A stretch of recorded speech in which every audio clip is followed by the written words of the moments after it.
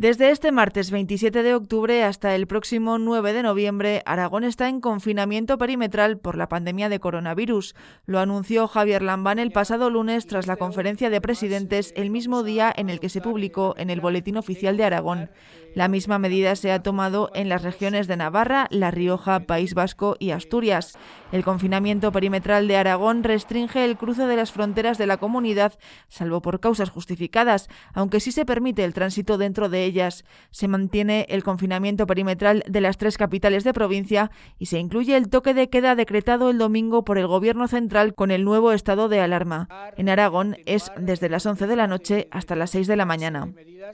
Entramos en una semana que, como la anterior y me temo que la siguiente, son absolutamente claves para reconducir la curva, para rebajar la curva de los contagios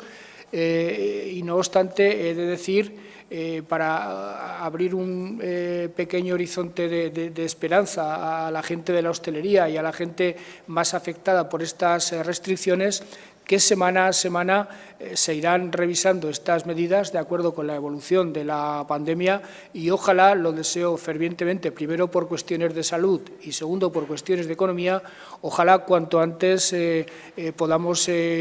poco a poco dulcificar, permítanme que utilice esta expresión, la dureza de las medidas que en este momento estamos adoptando. Medidas establecidas en el decreto ley que el Ejecutivo Autonómico publicó la semana pasada y que a día de hoy mantienen a toda la comunidad en un nivel de alerta 3. Por otro lado, y en el marco de dicha reunión telemática, Lambán felicitó a la presidenta de la Comisión Europea, Ursula von der Leyen, por su liderazgo a la hora de lograr el acuerdo para la creación del Fondo Europeo. Y en cuanto al reparto de los fondos Next Generation, pidió que se atienda a las zonas más afectadas por la despoblación para mejorar su desarrollo, sobre todo en el plano digital.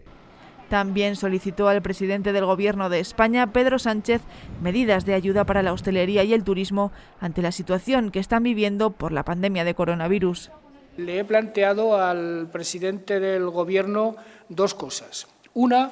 que el sector de la hostelería y el turismo, que a pesar de que algunos no lo vean, son y serán sectores estratégicos de la economía española, se beneficien también de todas las ayudas de modernización de la economía, de digitalización y de transición ecológica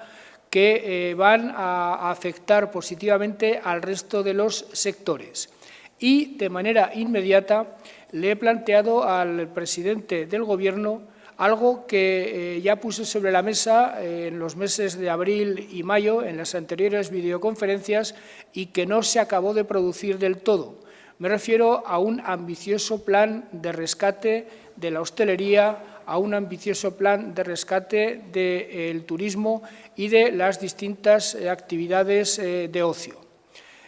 Lambán aseguró que varias consejerías del Ejecutivo aragonés están trabajando en un plan de rescate urgente para ese sector que podría ver la luz la semana que viene. Del mismo modo, se reunirán con la Federación Aragonesa de Municipios, Comarcas y Provincias para que se impliquen en las ayudas a la hostelería y el turismo.